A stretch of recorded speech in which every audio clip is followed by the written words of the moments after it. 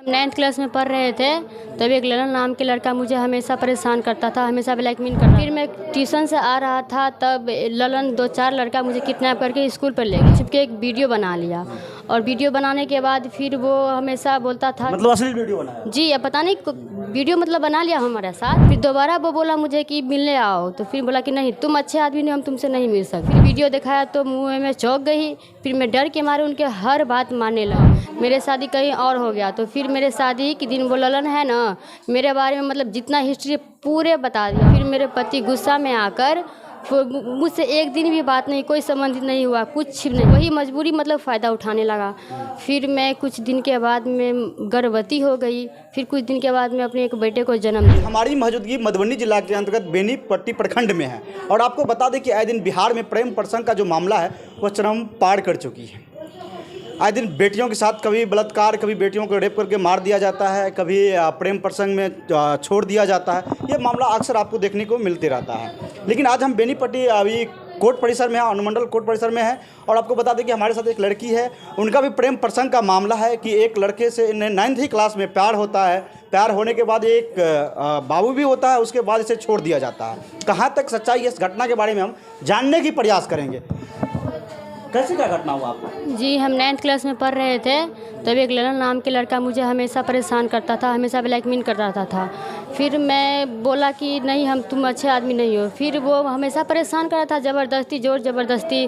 फिर मैं ट्यूशन से आ रहा था, तब ललन 2-4 लड़का मुझे किडनैप करके स्कूल पर ले गया। फिर स्कूल पर पता नहीं, मुझे कुछ नहीं याद नहीं है, वो मुझे चोरी छुपके एक वीडियो बना लिया और वीडियो बनाने के बाद फिर वो हमेशा बोलता था, मतलब असली वीडियो बनाया? जी, अब पता नहीं वीडियो मतलब बना लिया हमारे साथ। और फिर मैं कैसे करके अपने घर आए। फिर अपने घर आए तो फिर दोबारा वो बोला मुझे कि मिलने आओ, तो फिर बोला कि नहीं, तुम अच्छे आदमी नहीं, हम तुमसे नहीं मिल सकते हैं। तो फिर वो मुझे वीडियो दिखाया। फिर वीडियो दिखाया तो मुँह में चौंक गई। फिर मैं डर के मारे उनके हर बात मानने लगी। तो फिर वो बुलाता था कि तुम मिलने आओ, तो फिर मैं उनके बात पे चले गया। फिर तो बहुत दिन हो गए। फिर अब बहुत दिन के बाद अपने माँ बाप को बताया अपने बारे में, तो फिर मेरे माँ बाप कहीं और शादी करवा दिया।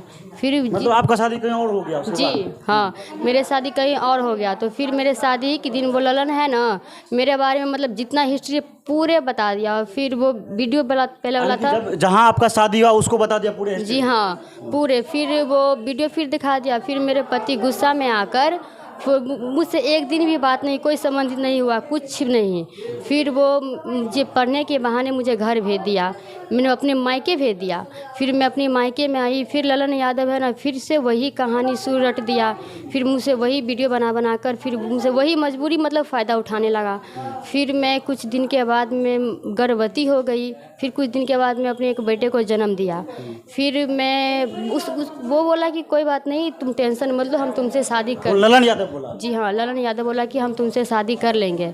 तो फिर मैंने बोला ठीक है, तू कर ही लेगा शादी। फिर अपने माँ बाप को फिर बताई। तो फिर अब पता चल रहा है कि कहीं और मतलब अरघावा गांव की लड़की से शादी कर रहा है। फिर मैं रोकने की कोशिश तो की, लेकिन वो उसका परिवार सब जो है ना, वो मुझे बुरी तरह से मेरे सब परिवार को मारपीट किया। तो फिर मैं अरेर थाना पे गई। अरेर थाना पे मतलब कोई बात नहीं, मुझसे बात भी नहीं किया। फिर गुस्से में आकर मुझे बोला कि तुम ये महिला का मामला है, तुम महिला थाना जाओ। फिर महिला थाना में गया तो फिर हरिजन थाना भेज दिया। फिर हरिजन थाना फिर बोला कि तुम महिला का मामला, फिर महिला थाना में जाओ। तो मैं वहाँ पर चक्कर काटता हुआ रहा था। तो फिर मैं मतलब वही हरिजन थाना में एक आवेदन दिया। फिर बोला कि आवेदन सही नहीं है। फिर जो बड़ा बाबू है ना, मुझसे अपने हिसाब से आवेदन लिखाकर और बोला कि ये आवेदन रख दो। और फिर आते समय हमको एक सादा पेपर पर नाम और मेरा मोबाइल नंबर। सादा पेपर पे कौन सिग्नेचर कराया आपसे? मेरा नाम लिखवाया और मोबाइल नंबर लिखवाया। कौन लिखवाया? वो कुणाल जी है ना, थाना अध्यक्ष है? जी हाँ, थाना अध्यक्ष वो कुणाल। वो मुझे बोला कि सोच सकते हैं हरिजन थाना के जो कुणाल जी हैं, आप इनसे सादा पेपर पे जो सिग्नेचर करवाएं, किस आधार पे सिग्नेचर करवाएं? अगर आप हमारे वीडियो के माध्यम से देख रहे हैं तो इस चीज़ को आप सोचिए। और डीएम साहब से भी मैं अनुरोध करूंगा कि ये लड़की दर दर भटक रही है, न्याय की गुहार लगा रही है। और थाना पर जब जाते हैं तो इनको बोलते हैं कि आप महिला थाना जाए, महिला थाना जाते हरिजन थाना जाए, यहाँ से यहाँ, वहाँ से वहाँ। क्या यही बिहार पर जो प्रशासन की जो रवैया है यही है? एक बात बताओ, हम तुमसे कड़वे सवाल पूछेंगे, क्या प्यार करने से पहले तुमने माँ बाप से पूछी थी? नहीं। जी नहीं, कुछ दिन के मतलब हर घटना हो गई तब अपने माँ बाप को बताई, तो फिर मेरे माँ बाप कहीं और शादी करवा दिया। और उसी दिन ललन है ना, वो मतलब मेरे बारे में पूरी हिस्ट्री बताकर मेरा वहाँ से शादी तुड़वा दिया। तो सोच सकते हैं जब ललन यादव इनसे प्यार करता था, तो फिर जब इनका शादी कहीं और हो गया तो इनके पहले पति जो पति हुआ उनको वीडियो दिखा करके उसका साथ रिश्ता वहाँ से भी तोड़वा दिया। अब रखने से भी इनकार कर रहा है। लेकिन प्रशासन अभी भी जो है सो चूड़ी पहन के बैठी हुई है, अभी तक इनको न्याय नहीं मिला है।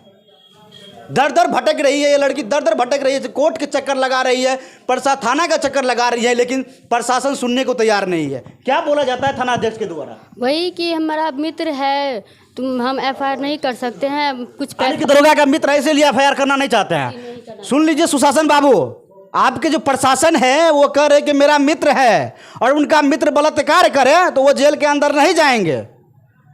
समझ गए ना, ये सच्चाई है बिहार की। फिर बोला कि कुछ पैसे दिला देते हैं, इसमें कंप्रोमाइज़ कर लो। तो फिर मैं कुछ दिन के बाद फिर मैं अनुमंडल बेनीपट्टी DSP से भी। किसको बोला कि कुछ कंप्रोमाइज़ कर लो, कुछ पैसा दिला देते हैं? मतलब वो कुणाल जी है ना, वो बोला कि कुछ पैसे देते हैं दरोगा? जी हाँ, उसमें कंप्रोमाइज़ कर लो। फिर मैं वहाँ से बेनीपट्टी आई अनुमंडल, फिर DSP से एक आवेदन दिया, फिर DSP भी बोला कि ठीक है रख दो, हम करते हैं कुछ। फिर वहाँ से भी कोई कार्रवाई नहीं, कुछ नहीं हुआ अभी तक। कुछ कार्रवाई नहीं हुआ? नहीं। तो सोच सकते हैं जो बिहार के प्रशासन है, जो बिहार के वरीय पदाधिकारी है, DGP महोदय है, और जो हमारे मधुबनी जिला के DM साहब है, मैं उनसे अनुरोध करूंगा, विनती करूंगा कि ये लड़की जो अभी थाना का चक्कर लगा रही है, कोर्ट के चक्कर लगा रही है, लेकिन कोई सुनने को तैयार नहीं है। अगर जिस तरह से ललन यादव इनके साथ किया है उस पर कम से कम कड़ी कार्रवाई हो। और एक बात बताओ कि तुम ललन यादव के साथ कितने दिन बिताई? वो लगभग 5 वर्ष तक। 5 वर्ष तक? जी। कितने, कब प्यार हुआ? जब मैं 9th क्लास में पढ़ रही थी। 9th क्लास में ही प्यार हो गया? जी जी हाँ, 9th क्लास में पढ़ रही थी तभी हुआ।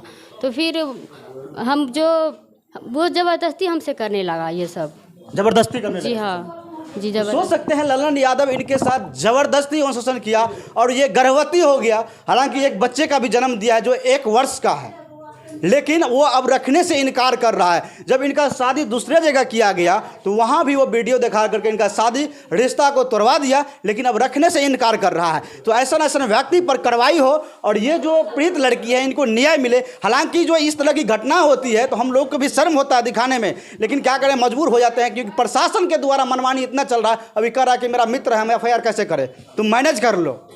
कितनी शर्म की बात है। एक लड़की न्याय की गुहार लगा रही है, लेकिन प्रशासन सोई हुई है। क्या कहना चाहोगी शासन और प्रशासन से? यही कहना चाहता हूँ कि मुझे इंसाफ मिले, और मुझे इंसाफ नहीं मिलेगा तो हम और अपने बच्चे के साथ लेकर आत्महत्या कर लेंगे। तो सोच सकते हैं कितनी शर्म की बात है। अगर इनको इंसाफ नहीं मिलेगी तो ये आत्महत्या करने के तैयार है। लेकिन मुझे प्रशासन पे भरोसा है और अपने शासन प्रशासन में भरोसा है कि इनके साथ जरूर न्याय मिले। किसी बेटी के साथ इस तरह से दुर्व्यवहार नहीं करना चाहिए।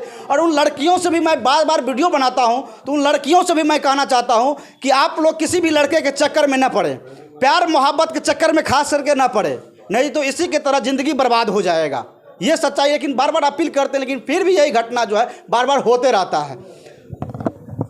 बच्चे भी हैं? जी हाँ। कितने वर्ष का है? 1 वर्ष का है। 1 वर्ष का जी। लेकिन अभी तक रखने के लिए तैयार नहीं। उनका जो पापा सब है ना, जो मतलब जहाँ देखता है वहाँ गाली मुंह से बोलता है और बोलता है कि कहाँ कुछ नहीं हुआ, तुम क्या कर पाओगे, हम तो बहुत खराब। कुछ प्रूफ है आपके? जो नहीं, कुछ प्रूफ नहीं मेरे पास कोई प्रूफ नहीं। जो था लेकिन मोबाइल चूर दिया वो। अगर प्रशासन के द्वारा कहा जाए कोई सबूत तो क्या करेंगे? मेरे पास कोई सबूत नहीं, बस यही कहना चाहेंगे कि DNA टेस्ट करवाएं। हाँ बिल्कुल, DNA। अगर प्रशासन और इनका DNA टेस्ट करवाएं, अगर ये गलत हो तो इनको सजा मिले, अगर नहीं वो गलत हो तो उनको सजा मिले।